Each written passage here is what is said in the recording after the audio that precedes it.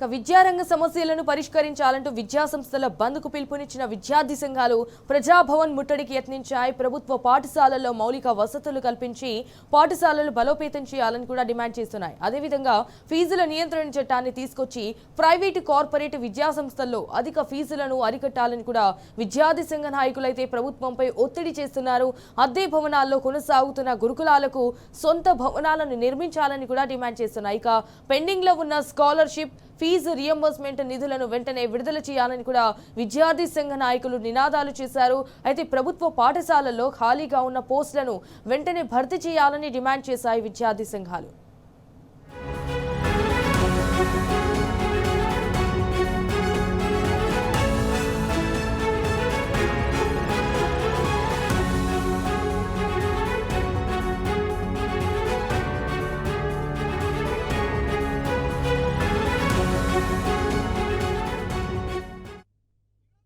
ఉన్నటువంటి scholarship fee reimbursement విడుదల చేయాలని, అదే విధంగా ప్రభుత్వ విద్యా సంస్థలు బలోపేతం చేయాలి, ప్రైవేట్ కార్పొరేట్ విద్యా సంస్థలలో ఫీజుల నియంత్రణ చట్టం చేయాలని చెప్పి, అట్లాగే తెలంగాణ పబ్లిక్ స్కూల్ పేరుతోటి విద్యారంగంలో ఉన్నటువంటి బడ్జెట్ అంతా దోసుకుంటూ ఉన్నారు.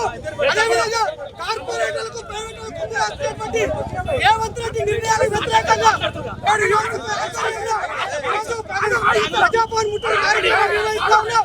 ఈరోజు రాష్ట్రంలో విద్యా వ్యవస్థను కార్పొరేట్లకు అనుకూలంగా ఈరోజు విద్యా వ్యవస్థను పూర్తిగా ధ్వంసం చేస్తూ ఉన్నారు.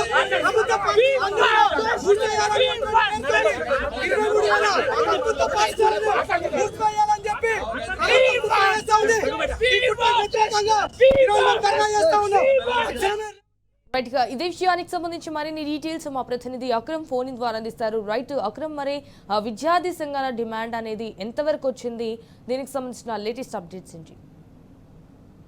సంజన, కాంగ్రెస్ ప్రభుత్వం విద్యారంగాన్ని అయితే నిర్వీర్యం చేస్తుందని విద్యార్థి సంఘాలు అయితే ఆగ్రహం వ్యక్తం చేస్తున్నారు. ఏదైతే ఇవాళ అందులో భాగంగా ఇవాళ రాష్ట్ర వ్యాప్తంగా విద్యాసంస్థల మూసివేతకైతే ఇవాళ నిర్ణయం తీసుకున్నారు. అందులో భాగంగా ఇవాళ రాష్ట్ర వ్యాప్తంగా విద్యాసంస్థలు అయితే మూతపడ్డాయి.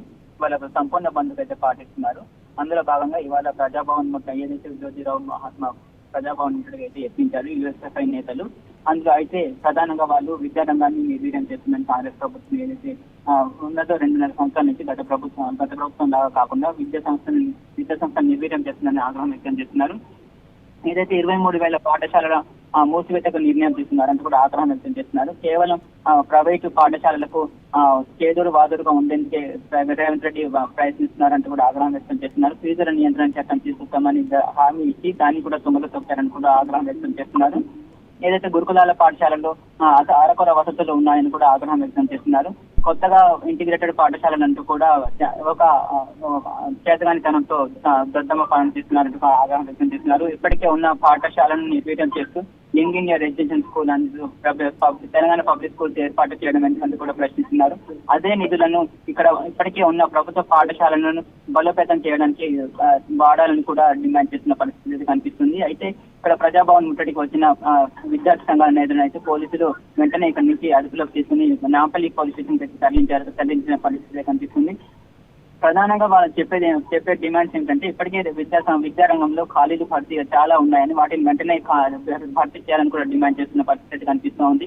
అంతేకాకుండా పాఠశాలలకు మౌలిక వసతులు కల్పించాలని కూడా డిమాండ్ చేస్తున్నారు. అంతేకాకుండా ఇప్పటికే పాఠశాలలు నిర్వీర్యం అవుతున్నప్పటికీ కొత్తగా మళ్ళీ వేరే పాఠశాలను ఎందుకు నిర్మించాల్సి వస్తుందంటూ కూడా ప్రశ్నిస్తున్నారు. విద్యా హక్కు చట్టం కింద ఉన్న నిబంధనలను కూడా సరిగ్గా అమలు చేయడం లేదంటూ కూడా ఆగ్రహం వ్యక్తం చేస్తున్న పరిస్థితి కనిపిస్తా ఉంది.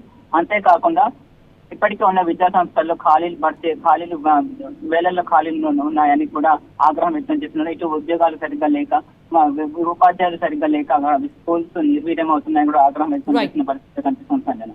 Right Akram, thank you for the updates.